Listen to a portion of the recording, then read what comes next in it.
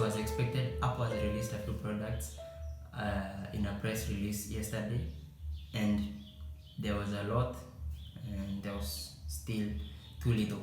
And while most of it is as predicted, some of the devices were not announced, and today we are going to be looking at the few devices that were announced. So the first thing that we're going to be looking at is the Apple TV 4K, which was due for a refresh.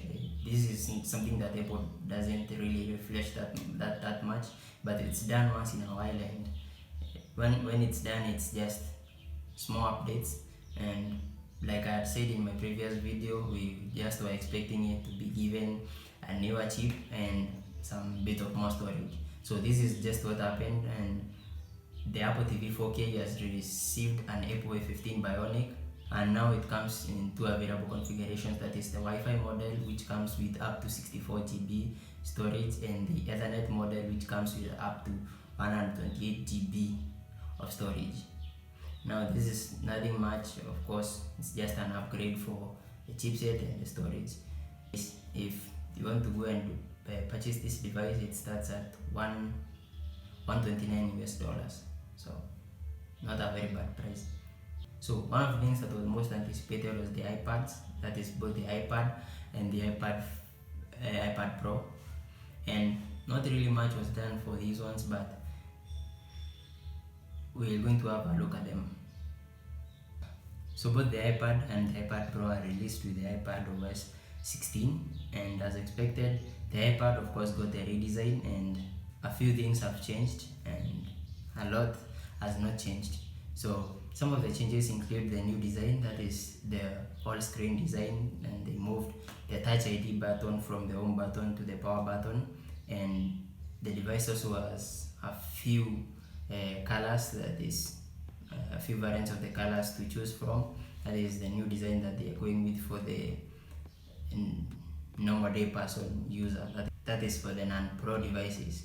So it also got an USB-C and A14 Bionic chip and a 10.9 Retina display. Is has just remained the same size but in a new form factor, and the camera is a 12 megapixel back camera and a 12 megapixel front camera. That is an ultra wide front camera that is now positioned in the landscape mode, and that is the orientation of the camera has changed,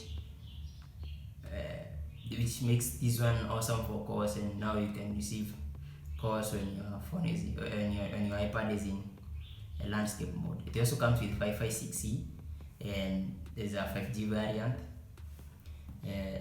Magic Keyboard of course, that I think has been designed with a new smart connector design that attaches from the side. And sadly enough, the device will only support up to Apple Pencil first generation, which is quite inconvenient of course, given that now you will have to be shipped the device with an adapter for the Pencil to be supported on this device, since this device comes with an USB-C and the Apple Pencil used to charge with a lightning connector.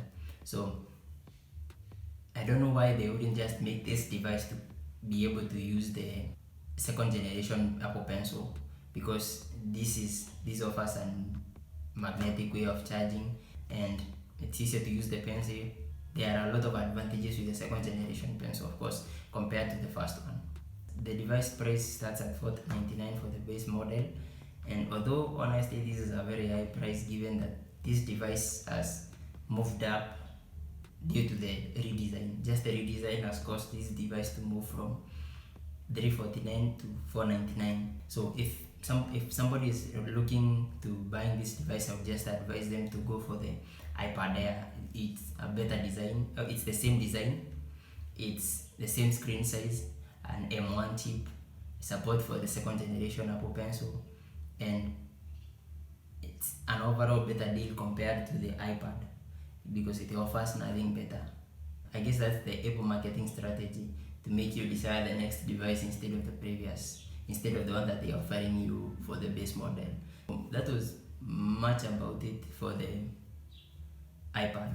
Now for the iPad Pro on the other hand, not much has changed. The design is still the same, the device still looks the same way, and not much in terms of hardware change.